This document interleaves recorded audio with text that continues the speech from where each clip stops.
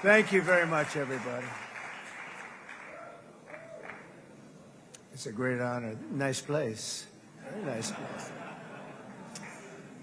Mr. President, Mr. Prime Minister, Mr. Speaker, esteemed members of the Knesset, and cherished citizens of Israel, we gather on a day of profound joy, of soaring hope, of renewed faith, and above all, a day to give our deepest thanks to the Almighty God of Abraham, Isaac, and Jacob.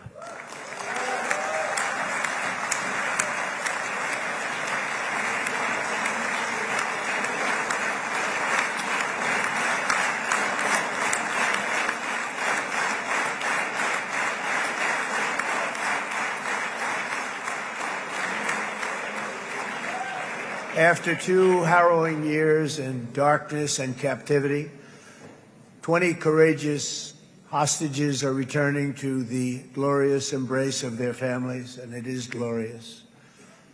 28 more precious loved ones are coming home at last to rest in this sacred soil for all of time. And after so many years of unceasing war and endless danger, today the skies are calm, the guns are silent, the sirens are still, and the sun rises on a holy land that is finally at peace, a land and a region that will live, God willing, in peace for all eternity.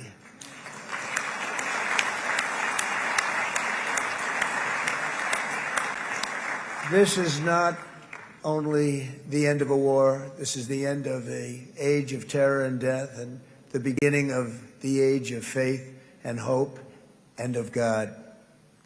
It's the start of a grand concord and lasting harmony for Israel and all the nations of what will soon be a truly magnificent region. I believe that so strongly. This is the historic dawn of a new Middle East. I want to express my gratitude to a man of exceptional courage and patriotism, whose partnership did so much to make this momentous day possible. You know who I'm talking about. There's only one, Prime Minister Benjamin Netanyahu. Bibi, please stand up.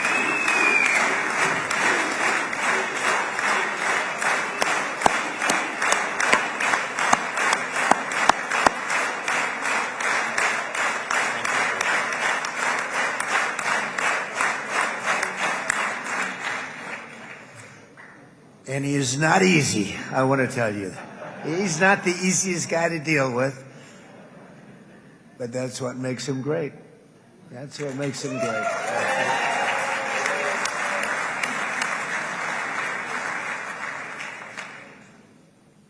Thank you very much, baby. Great job.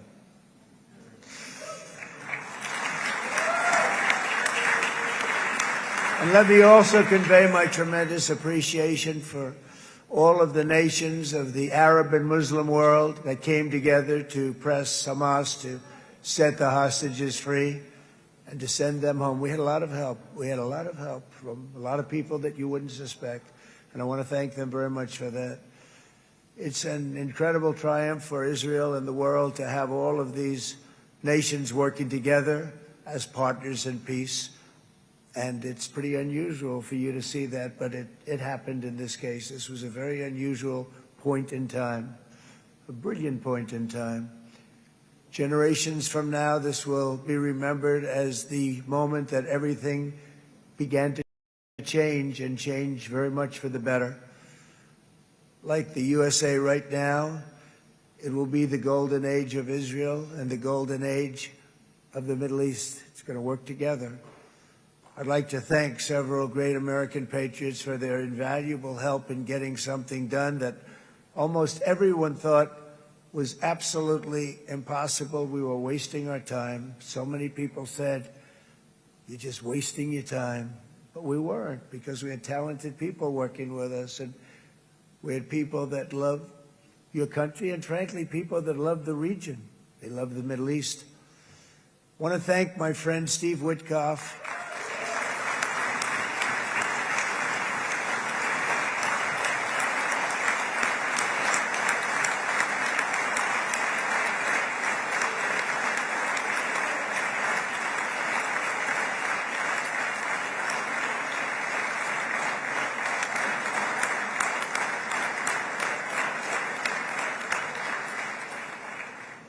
You know, Steve was chosen by me.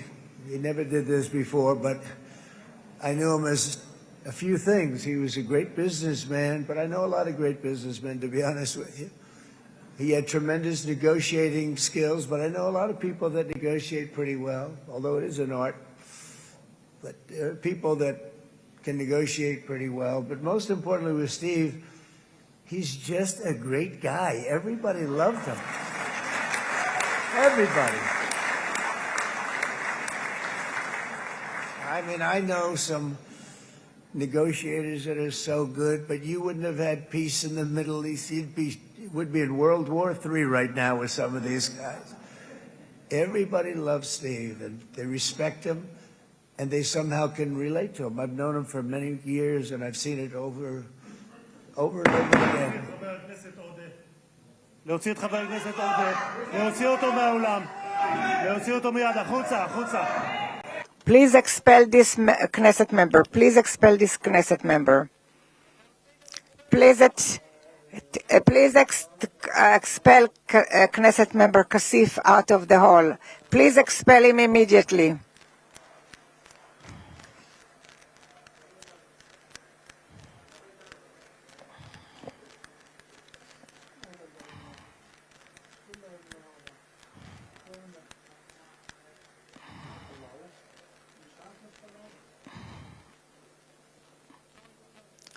And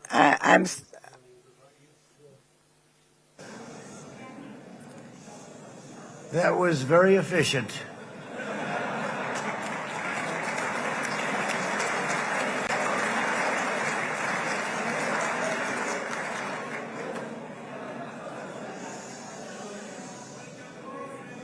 So back to Steve. He's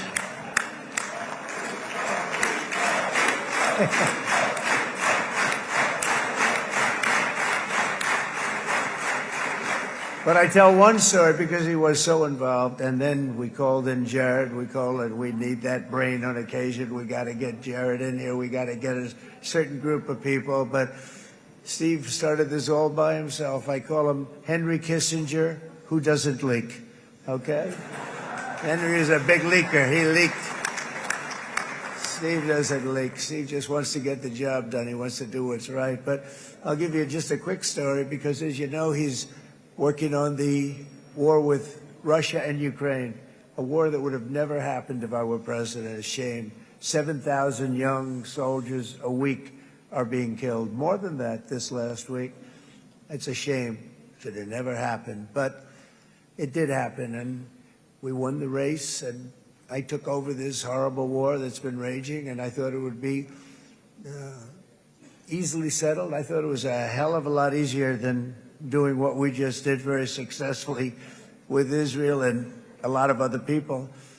But this came first, and we'll get that one. But I set up a meeting for him to meet with President Putin, thinking it would be a 15 or a 20-minute meeting. Steve had no idea about Russia, had no idea about Putin too much, didn't know too much about politics, wasn't that interested. He was really good at real estate, but he had that quality that I was looking for, and I didn't see it around in too many ways. And I set up the meeting with Putin, and I called. I said, is Steve finished yet? That was about a half an hour into the meeting. No, sir, he's not. He's still inside. This is in Moscow. I said, well, how's he doing? I don't know, sir. He's still inside. I called up an hour later. Let me speak to Steve. Sir, he's still with Putin. He's with President Putin. I said, wow, that's a long meeting, 1 hour. I called up an hour later, he was still with Putin. 3 hours later, he was still with Putin. 4 hours later, he started to get the word that he was going to be coming out soon. And in 5 hours, he came out. I said, what the hell were you talking about for 5 hours? And he says, just a lot of interesting things. We're talking about a lot of interesting things, including what he went in there for, but you can't talk about it for 5. You can talk about it for a certain period of time, and you know what you're getting. But that's a talent. That's a talent, where you can do that. Most people I'd send in, number one, they wouldn't be accepted. Number two, if they were, the meeting would last 5 minutes, and that's what happens with Steve. Everybody loves him. They love him on this side. They love him on the other side. and he really is. He's a great negotiator because he's a great guy. So thank you very much, Steve, very much.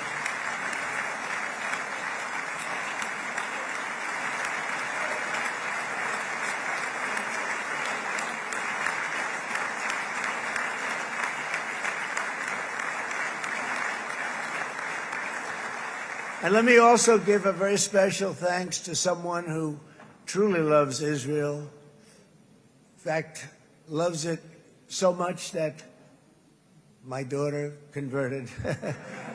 My daughter converted. I didn't know this was going to happen.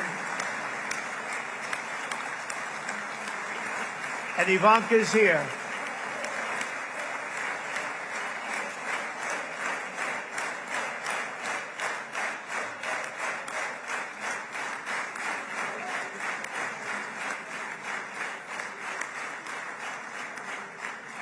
And Bibi, you do know this was not in the cards for me. You understand that.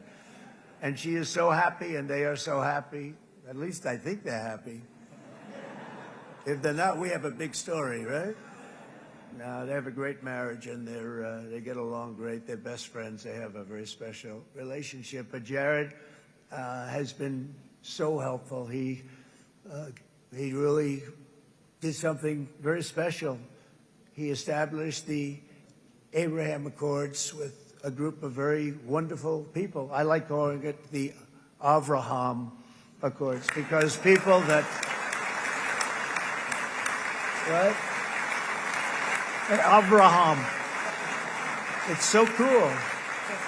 It's so much sort of nicer, you know, the Abraham versus the Avraham.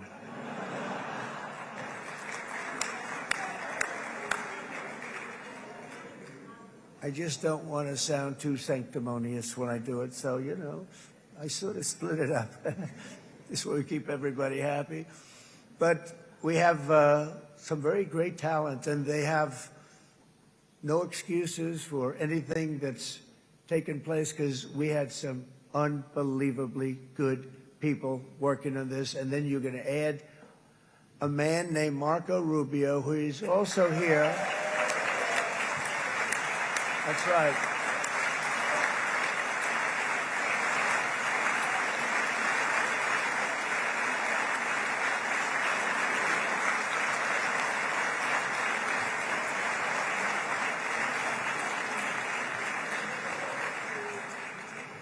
And I have a prediction that Marco will go down, I mean this, as the greatest Secretary of State in the history of the United States. I believe that.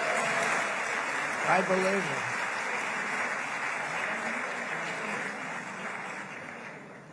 it. And he and I, you know, we really fought it out. You remember, he was tough. He was nasty. Who the hell thought this was going to happen, Marco, right? And now I'm saying he's going to go down as the greatest. He will. He was always smart and sharp, and people respect him. And then we have somebody who's young, but an unbelievable leader. I saw it a long time ago, and he's turned out to be even better than we thought. Right, Susie? I think even better. And that's Pete Hegseth, who is our Secretary of War, formerly Secretary of Defense.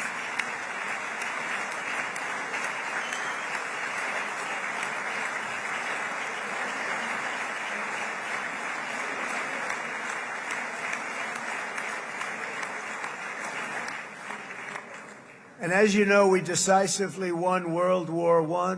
We decisively won World War II decisively. And everything in between and everything before it, we won everything. And then they had the brilliant idea of changing the name from war, you know, it was war, to defense. And with that went a certain thinking. And we fought in a very politically correct way after that. We always had the strongest military, and now we have a stronger military than we've ever had before because of my first term. I've totally rebuilt the military, every aspect of it. But we have, if you think, we settled 8 wars in 8 months. I'm now including this one, by the way, if that's okay. They may say, well, that was quick, Because yesterday I was saying 7, but now I can say 8. The hostages are back. The hostages are back.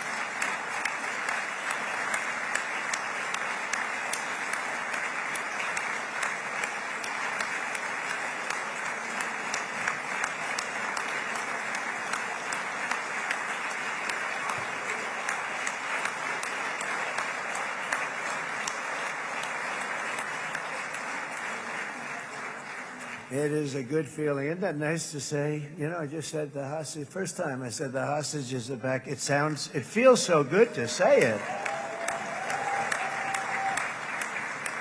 But when you settle 8 wars in 8 months, that means you don't like war. Everyone thought I was going to be brutal. In fact, I remember Hillary Clinton during a debate, she said, look at him, he's going to go into war with everybody. And actually, she said, he's got a personality that's all about war. No, and my personality actually is all about stopping wars, and it seems to work. It seems to work. But it also means this name change and our attitude that we're not going to go into a war, but if we do, we're going to win that war like nobody has ever won a war before. We will not be politically correct, but we're not going to be there. And I think, you know, as you mentioned, Bibi, before, peace through strength, and that's what it's all about. The United States has the greatest and most powerful military in the, right now, history of the world. I can tell you we have weapons that nobody's ever dreamt of. I only hope we never have to use them. I rebuilt the military. I was proud to do it, but some of the things I hated to do. I hated certain of the weapons because the level of power is so enormous. It's so dangerous, so bad. But we have to do what we have to do. We make the best weapons in the world, and we've got a lot of them. And we've given a lot to Israel, frankly. And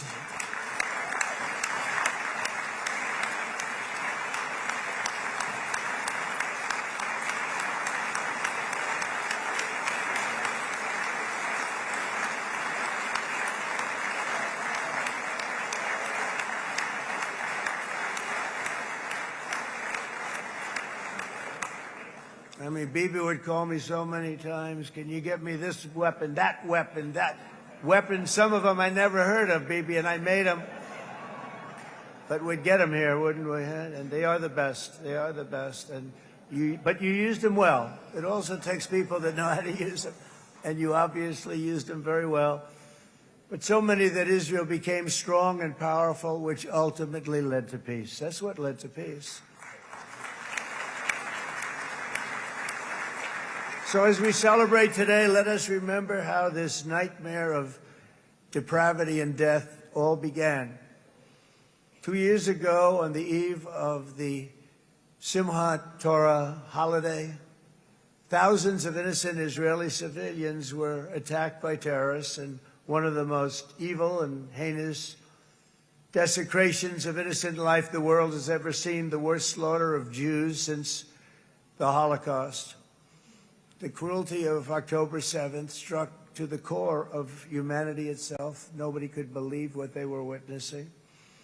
The United States of America grieved alongside you, and we mourned for our own citizens who were so viciously taken that day.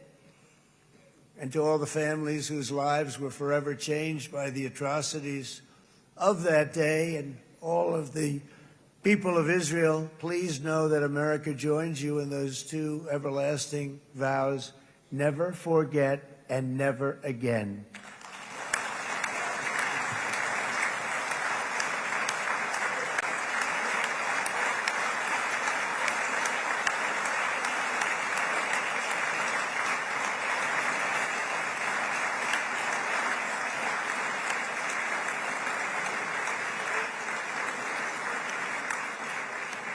From October 7th until this week, Israel has been a nation at war, enduring burdens that only a proud and faithful people could withstand. It was a very tough period of time.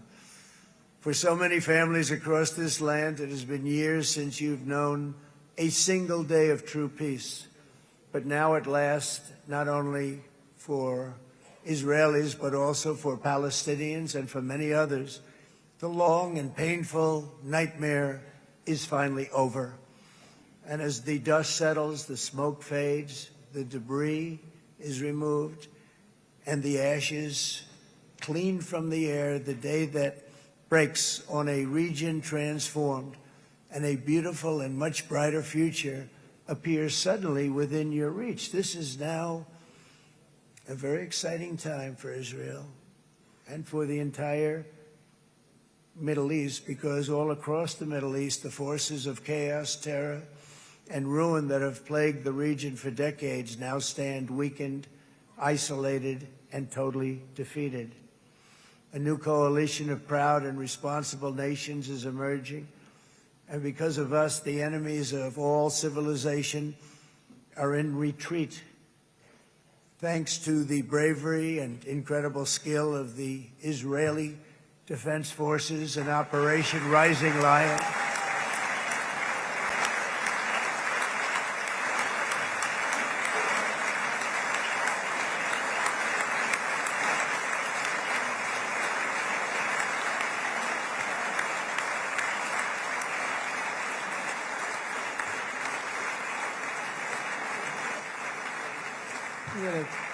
guy's central casting. Let's put him in a movie. Look at him.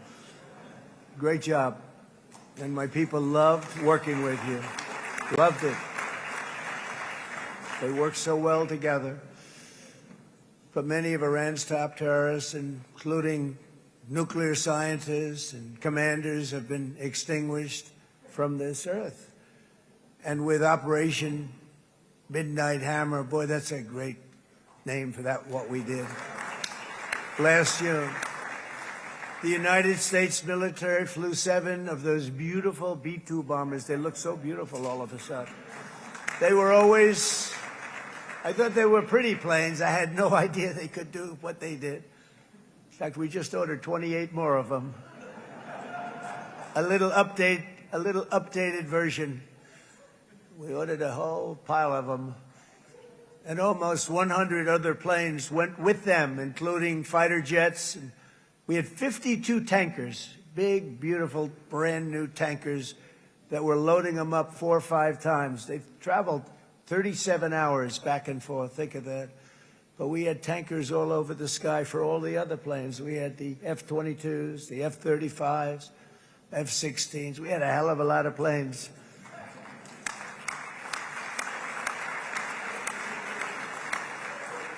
So we had 52 gas stations in the sky. That's what they call them. I'll tell you, I wouldn't want to be flying one of them. We have our great General Raisin Cain right here. General, stand up. This guy. What a general. Thank you.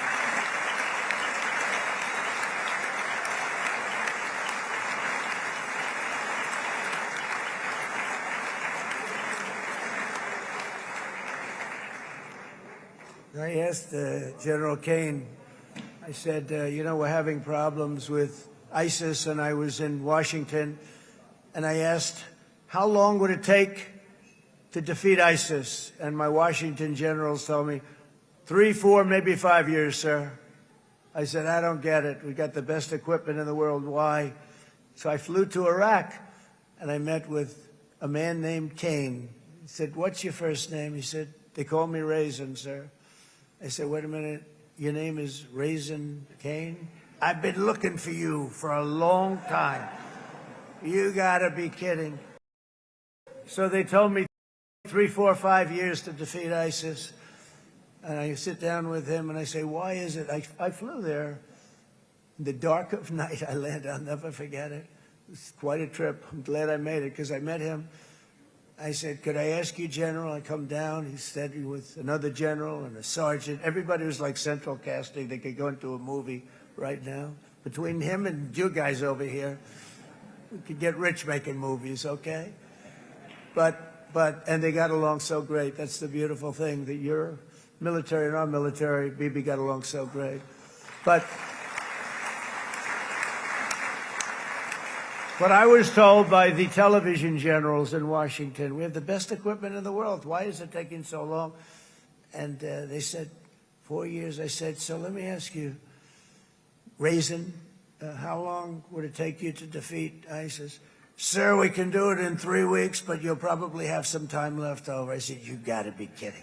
What the hell are you talking about? They said 4 years. I said, well, sir, look, it's not my place to say, but you're asking me the question. What you have to do is you hit them from the west, you hit them from the north, you hit them from the south, you hit them above, you hit them below. I said, so why didn't they do it? And he didn't want to speak badly of his superiors, which is hard to believe they were his superiors. Should have been the other way around a long time ago, because he's the one that did Operation Hammer. It was flawless. It was flawless. It was absolutely flawless. And I said, so you really think you can do it in 4 weeks? Yes, sir, 100%. You have to do it differently than they were doing it. They were using one base, and it was hundreds of miles away. And he says, we have all these portable bases all over the Middle East. And they didn't want to use them because they didn't want to offend the country where the portable... They wouldn't have even known what the hell the planes were going up, right? They wouldn't have known. But he said, no, they didn't want to defend anybody, offend anybody. And but we can do it in 4 weeks. I said, you sure about that? I'm going to call you back. I'll call you back on Monday. I'm going back to Washington. But you think 4 weeks? Yes, sir, I think we can do it in 4 weeks. We'll have time left over. So I call him on Monday. I said, you think you can do it? 4 weeks. I said, go ahead and do it. He did it. I'll tell you, he did it in 4 weeks, less than 4 weeks. So, General, stand up, please. Again, this is a real general. This is not a television general. He doesn't want to go on television.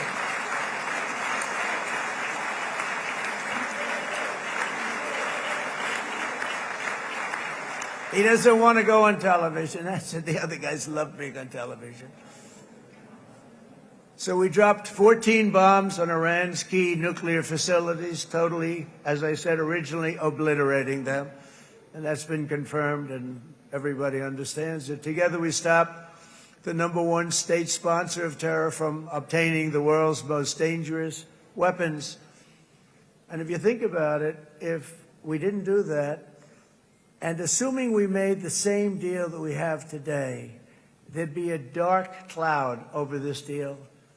And #1, it wouldn't happen because the other Arab and Muslim nations really wouldn't feel comfortable making the deal that we have now, right? If Iran had that nuclear weapon that they were about 2 months away from having. They would have had it in 2 months or maybe less than that. They were right at, this was our last shot. They looked at it for 22 years.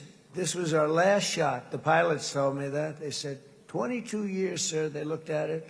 Our predecessors looked, they studied it. 3 times a year would do drills on that exact attack. And boy, did they get it right. But let's assume they didn't, and let's assume there was large-scale nuclear weapons in the hands of Iran. We couldn't be here today. Even if we signed the deal, which we couldn't do because a lot of people would not want to have anything to do with it, we took a big cloud off of the Middle East and off of Israel.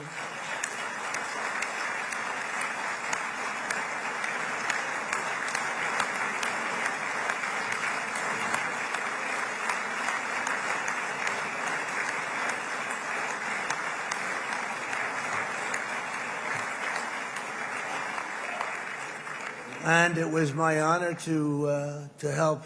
But isn't it true, though, that can you imagine the same, let's assume, Bibi, the same documents, we had everything the same, but you had somebody out there that was, in the opinion of everybody, all-powerful in the Middle East. They took a big hit, didn't they? Didn't they take a big hit? Boy, oh boy. They got it from one side, from the other. And you know it would be great if we could make a peace deal with them, and I think that's big. Would you be happy with that? Wouldn't it be nice, I think? Because I think they want to. I think they're tired. Somebody said, sir, they're starting their nuclear program again. I said, let me tell you something. They're not starting anything. They want to survive. The last thing they want to do is start digging holes again in mountains that just got blown up and start... They're not doing it. They want to survive, okay? But I think we have a chance. Steve, you, and I think Jared, come on, I'll call you back for another one. We always bring Jared when we want to get that deal closed. We bring Jared, but Steve, you and Jared and the General and Pete and Marco, you'll get that deal done easy. I think that'll be easy. But first we have to get Russia done. We got to get that one done. If you don't mind, Steve, let's focus on Russia first, all right? We'll get it done. In Lebanon, the dagger of Hezbollah, long aimed at Israel's throat, has been totally shattered. My administration is actively supporting the new president of Lebanon in his mission to permanently disarm Hezbollah's terror brigades. He's doing very well. And build a thriving state at peace with its neighbors. And you're very much in favor of that, I know. And it's good things are happening there, really good things. And with this week's ceasefire, we've achieved the most challenging breakthrough of them all, the most challenging breakthrough maybe ever. I mean, I've never seen anything like it. I've been involved in a lot of success. I have never seen anything like what's going on today all over the world. People are dancing in the streets, not just in Israel. They're dancing in the streets of countries that would have never danced in the street about what's happening today. They're dancing in those streets. So this long and difficult war has now ended. You know, some people say 3,000 years, some people say 500 years, whatever it is. It's the granddaddy of them all. And in an unprecedented achievement, virtually the entire region has endorsed the plan that Gaza will be immediately demilitarized, that Hamas will be disarmed, and Israel's security will no longer be threatened in any way, shape, or form.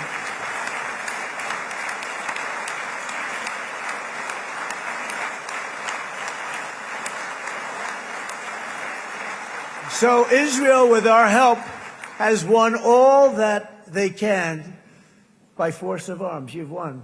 I mean, you've won. Now it's time to translate these victories against terrorists on the battlefield into the ultimate prize of peace and prosperity for the entire Middle East. It's about time you were able to enjoy the fruits of your labor. Mr. Opposition Leader. I said he's a very nice opposition leader. I think, no, he's a nice man. Bibi, he's a nice man. Good. He knows what he's doing, right? No, a very nice guy. Well, see, now you can be a little bit nicer, Bibi, because you're not at war anymore, Bibi.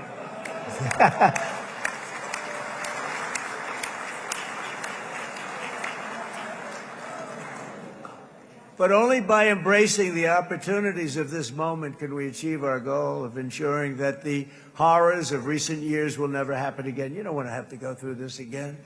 8 years ago, I came to this region on a very special first trip abroad as the President of the United States. I came here very early at your request. I addressed the leaders of the Arab and Muslim world gathered in Saudi Arabia and said that it was time to build a future free of the grip of extremism and terror. And interestingly, right now, as soon as I'm finished, I'm quite late. You've kept me quite late between opposition leaders and Bibi's brilliant but very long speech. I thought I was going to run up here, make a speech, and then head to Egypt. It didn't work out, though. And you made a pretty long one, too, sir.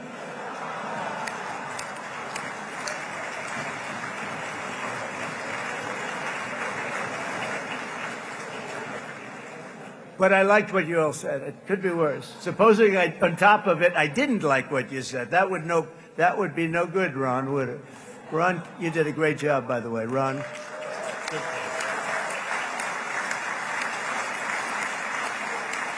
Yeah.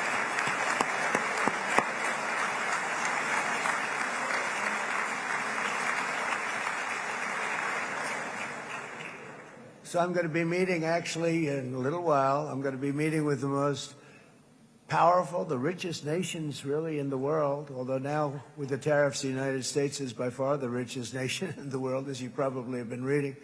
But the richest nations, most powerful nations tremendous, headed by some tremendous people in many cases. Some cases I wouldn't say necessarily I would endorse, but I will tell you some incredible people that really helped us make this all possible. So I'll be going there. I'll be quite late.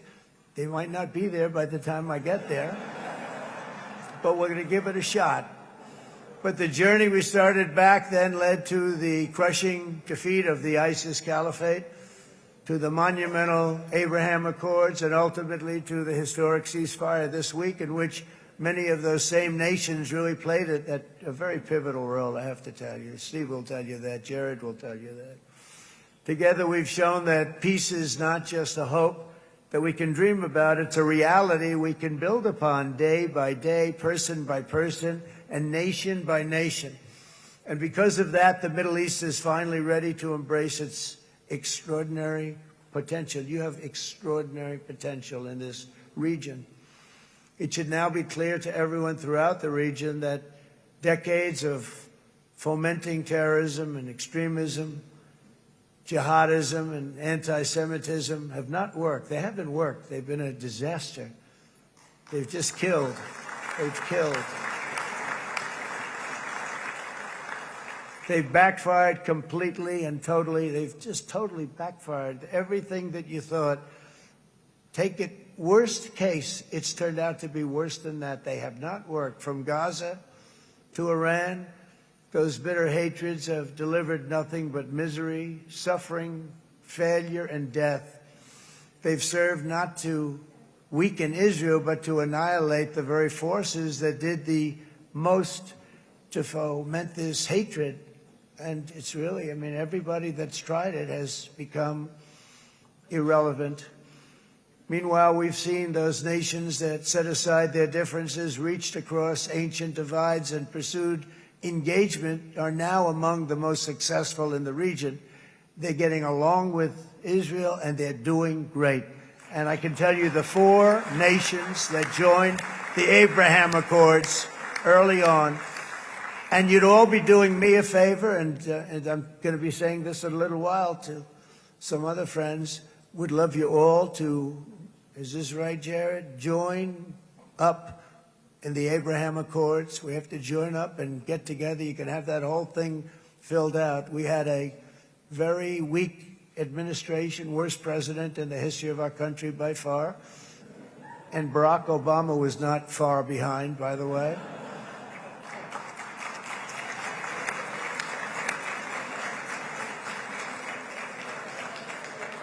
And they did nothing with this incredible document, the Abraham Accords, but now you can fill them up. Now you have peace. You have people that really like Israel. I'll tell you what. And they like Israel a lot more today than they did even 5 weeks ago. Like, you've made a lot of, you've come back. You've come back strong, because it was getting to be a little nasty out there in the world. And ultimately, the world wins. You can't beat the world always. I would say to Bibi, it's now time.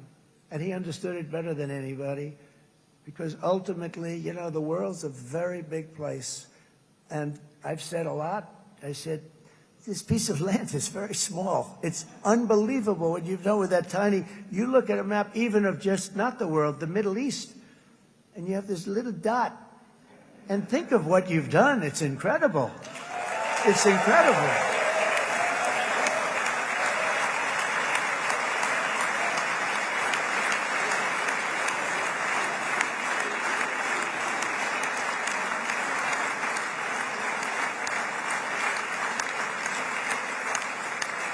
But the world is loving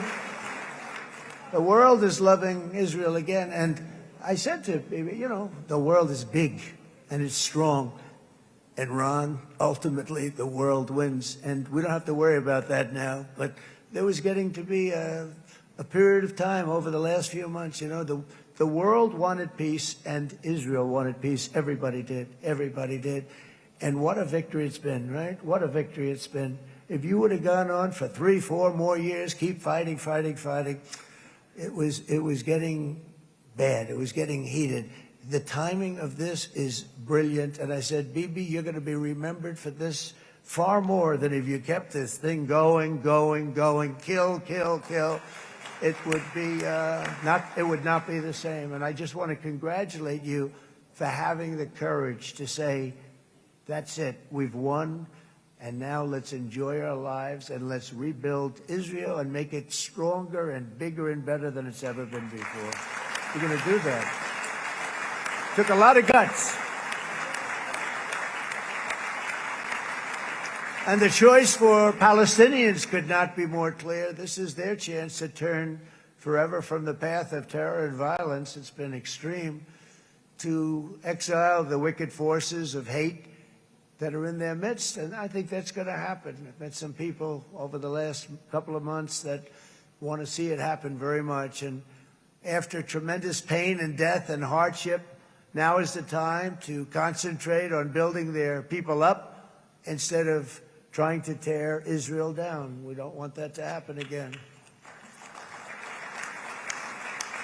And the total focus of Gazans must be on restoring the fundamentals of stability, safety, dignity, and economic development so they can finally have the better life that their children really do deserve after all these decades of horror.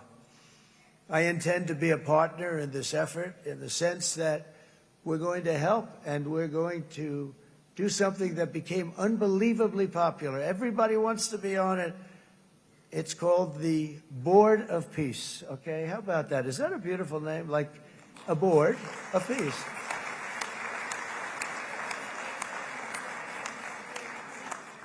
The only bad thing from my standpoint, every single nation involved has asked me to be the chair, and I'll tell you, I'm very busy.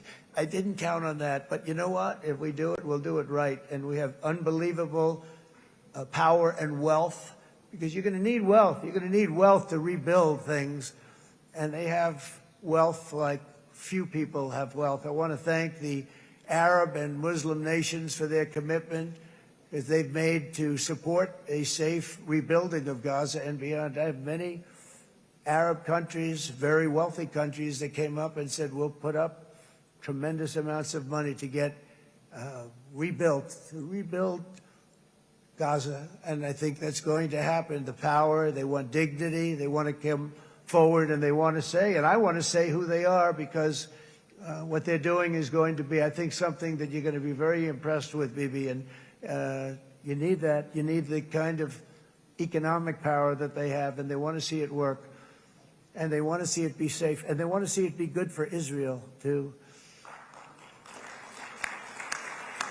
And as much money as it will be, and it's a lot, as you can see, it's a lot. For these countries, it's relatively little relative to their worth. It's really a lot of money like most people could never even conceive, but for these countries, it's not that much, especially because it ensures success and stability in the Middle East, which is what they want to see. So many of them will be with us in Egypt in a little while, I think. I'm not sure. They may be gone. They may have taken their Boeing 747s and left. I said, what kind of a plane do you fly? 747. I said, that's a large plane. No, they may have. Steve, do you think they've left on their their brand new Boeing 747s? Or I don't know. We're going to find out soon. It's going to be a big story. There'll be 2 people left, and they'll be the 2 poorest ones.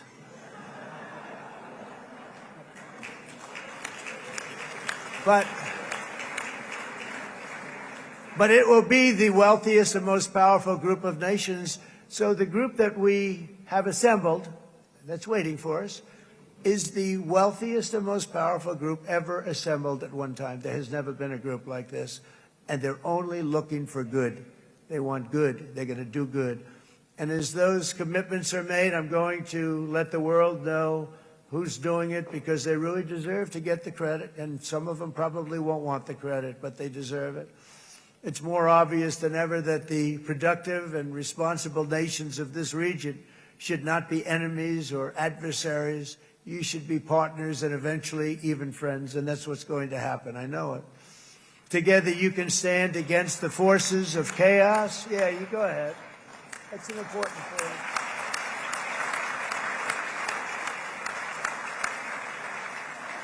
Because you can stand against the forces of chaos that threatened all of your interests, and it's always a big threat, and unleash incredible prosperity and opportunity for all the people of these lands, and that's what's going to happen. You're going to unleash numbers and success, the likes of which Israel has never been able to think of, because you're so firm, and you should be, and you've done the right thing in defending yourself.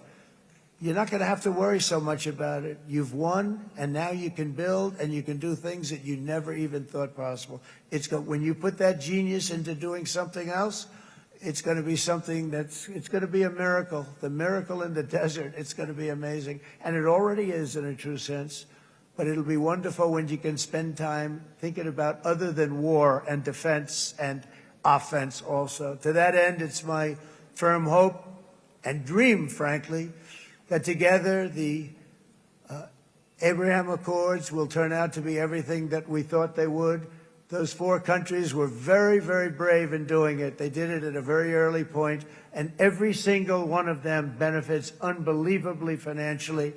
And if you noticed, even in this bad period that we just went through, they all remained a member of the Abraham Accords. They've done unbelievably well. And you know who you are, and I want to thank you. And they've stayed because of loyalty, but they've also stayed because it was really good business. They've made a lot of money being members, and you're going to all, I hope that every one of the countries that we're seeking, Jared, I hope they join quickly. No games, no nothing. Just join, get it. It's going to be a great peacemaker.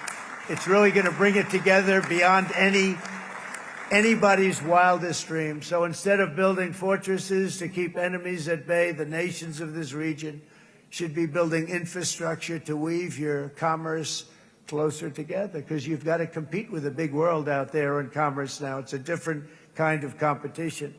Instead of making weapons and missiles, the wealth of this region should flow to schools and medicine, industry, and, frankly, the new hot thing, artificial intelligence. It's a lot of intelligence you're going to have to be throwing off to pay back these sums of money that they're doing. But that's really the hot one. And I might say that the United States, a year ago, was a dead country. I say it to people. I heard it first from the King of Saudi Arabia. I then heard it from UAE. I heard it from Qatar. I heard it from many other countries. A year ago, the United States of America was a dead country. Now it's the hottest country anywhere in the world. It is the hottest. There's no question about it.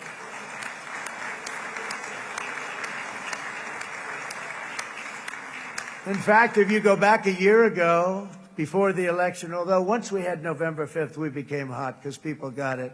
I would say November 5th was a time that we became really hot.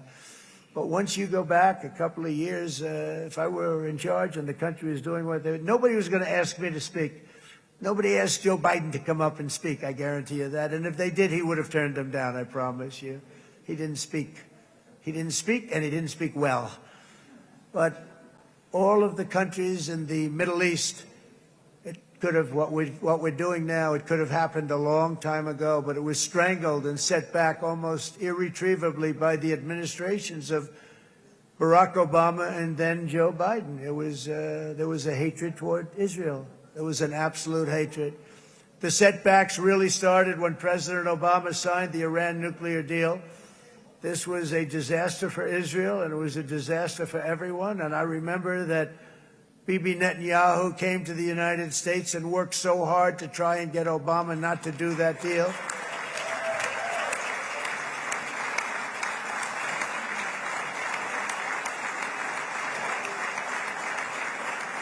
He worked so hard. But it was like talking to a wall. I remember him telling me it was like talking to a wall. They wanted to go with Iran. They chose Iran, frankly, over a lot of other good nations, but specifically Israel. And that was the beginning of a very bad period of time. You had Obama go out, and the Iran nuclear deal turned out to be a disaster. And by the way, I terminated the Iran nuclear deal, and I was very proud to do it.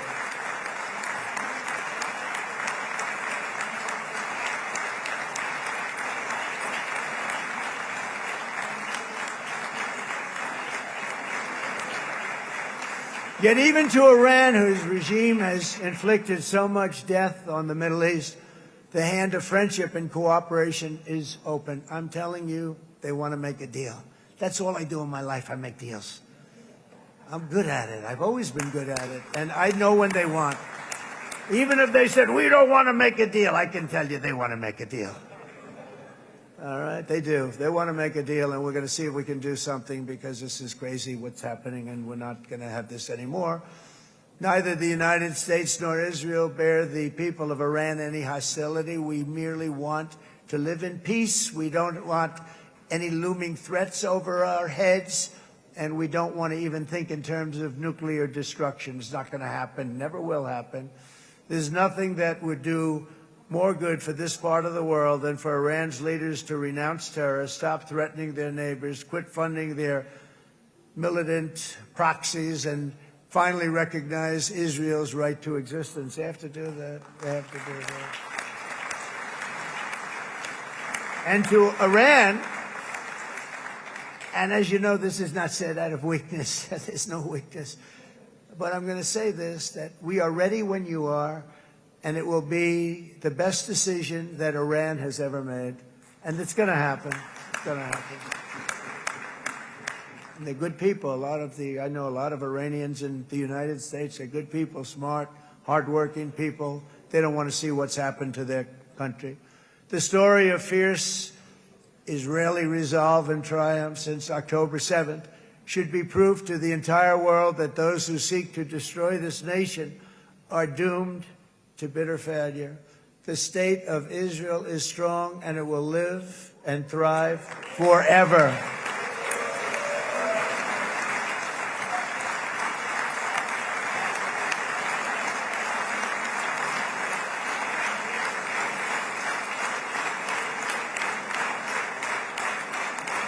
And that is why Israel will always remain a vital ally of the United States of America. Israelis share our values, field one of the world's most powerful militaries. You really do. You have an amazing, what a job you've done. And have one of the most innovative economies on earth. Those are just a few of the reasons why I'm proud to be the best friend that Israel has ever had. And they all say it in the White House. They all say it. I guess it's true because everybody says it, baby. You said it today. Thank you. But as president, I terminated the disastrous Iran nuclear deal, and ultimately I terminated Iran's nuclear program with things called B-2 bombers. It was swift, and it was accurate, and it was a military beauty. I authorized the spending of billions of dollars, which went to Israel's defense, as you know. And after years of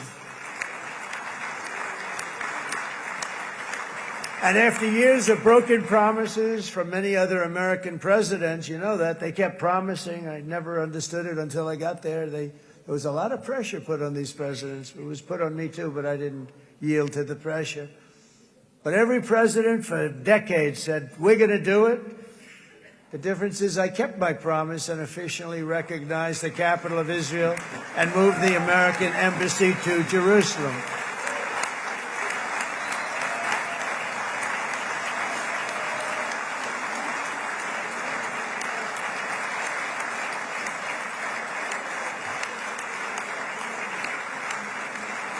Isn't that right, Miriam? Look at Miriam. She's back there. Stand up, Miriam. Stand up.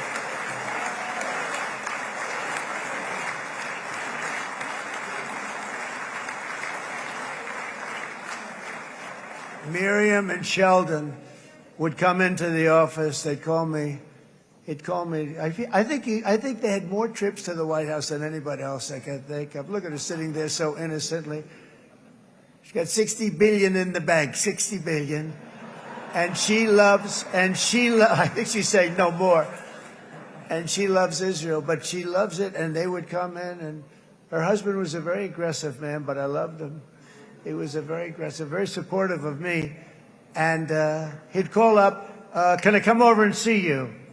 I say, Sheldon, I'm the president of the United States. It doesn't work that way. He'd come in.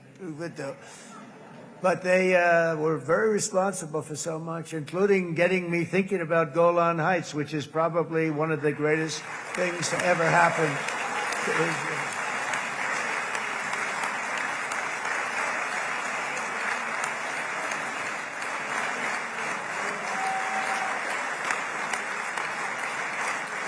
Miriam, stand up, please.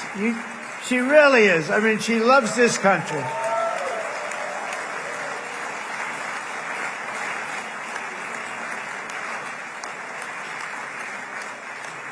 She loves this country. Her and her husband are so incredible. We miss him so dearly. But I actually asked her, I'm going to get her in trouble with this, but I actually asked her once, I said, so Miriam, I know you love Israel. What do you love more, the United States or Israel? She refused to answer. That might mean Israel, I must say. We love you. Thank you, darling, for being here. That's a great honor. Great honor. She's a wonderful woman. She is a great woman. I've always stood for the people of this community, and I always will. I'll always be with you. I'm always going to be with you. I guess maybe something could happen to change my mind. Somebody that's really stupid gets into office and wants to do really bad things, but that's about it. We don't think we're going to have that happen. I hope we're not going to have that happen. And this man is a good man right here. These two men are good men right here.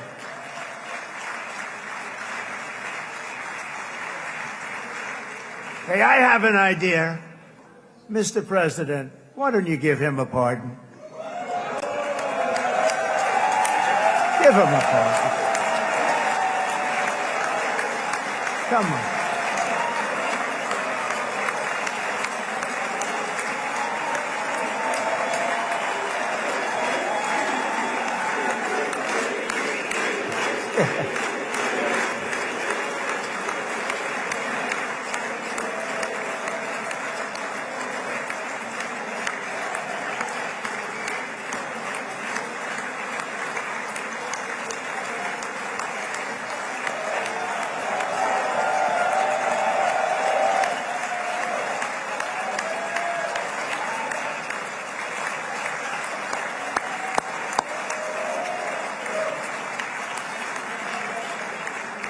By the way, that was not in the speech, as you probably know. But I happen to like this gentleman right over here, and it just seems to make so much sense. You know, whether we like it or not, this has been one of the greatest wartime presidents. This has been one of the greatest wartime presidents. And cigars and champagne, who the hell cares about that?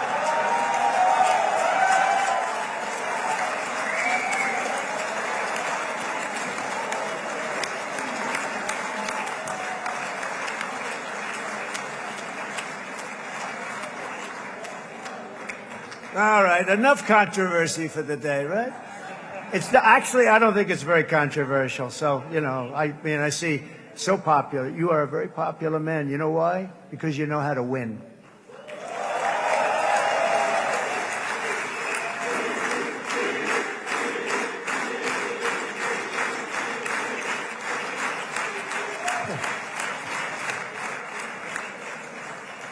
Over the past 2 years, I've met many of the families of the Israelis taken hostage and those that were taken hostage. Unbelievable. I've looked into their eyes. I've seen the worst nightmares of their suffering, but I've also seen something else, the beautiful love of the people, the love of people, frankly, that hold things together, the love that gives you the courage to carry on through thousands of years of persecution and repression and to emerge with the heart of David.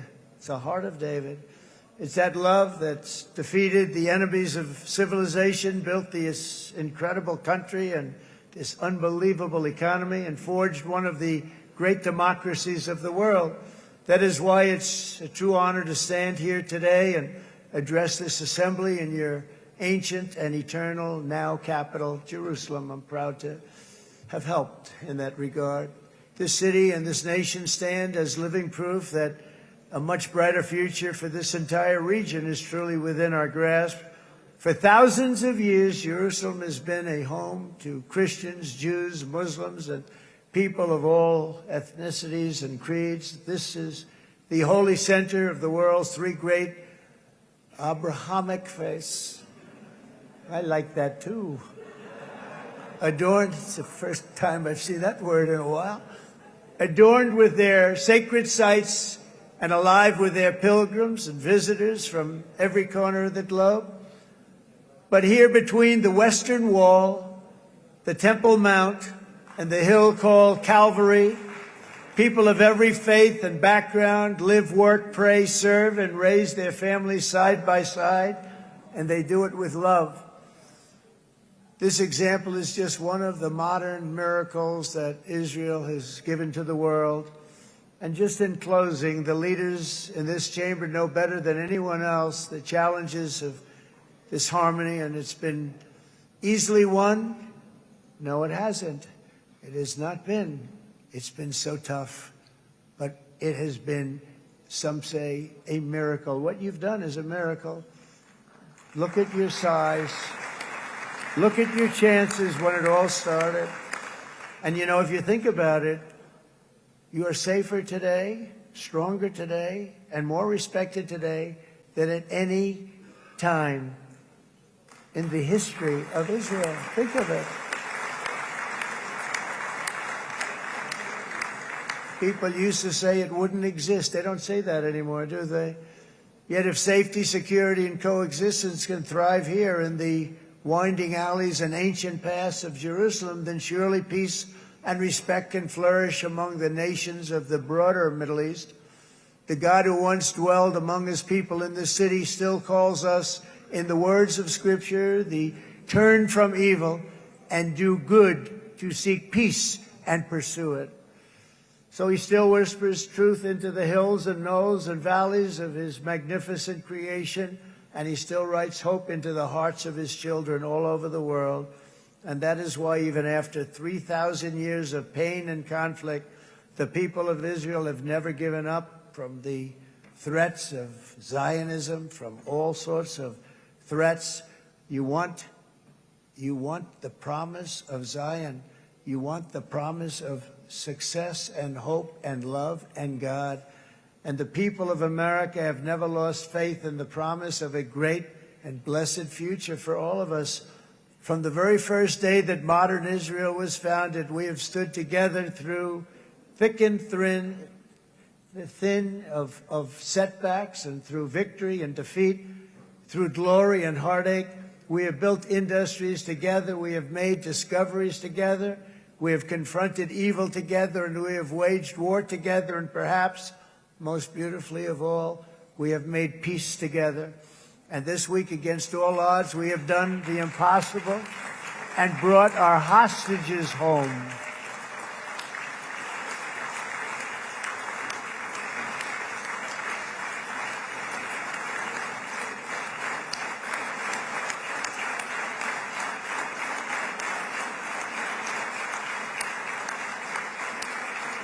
So now we're going to forge a future that is worthy of our heritage. We're going to build a legacy that all the people of this region can be proud of. New bonds of friendship, cooperation, and commerce will join Tel Aviv to Dubai, Haifa to Beirut, Jerusalem to Damascus, and from Israel to Egypt, from Saudi Arabia to Qatar, from India to Pakistan, from Indonesia to Iraq, from Syria to Bahrain, Turkey to Jordan, the United Arab Emirates to Oman, and Armenia to Azerbaijan, another war that I just settled. We are going to have hope, harmony, opportunity, and happiness here in the spiritual and geographic center of the entire world. That's what you are. Israel, America, and all of the nations of the Middle East will soon be safer, stronger, greater, and more prosperous than ever before.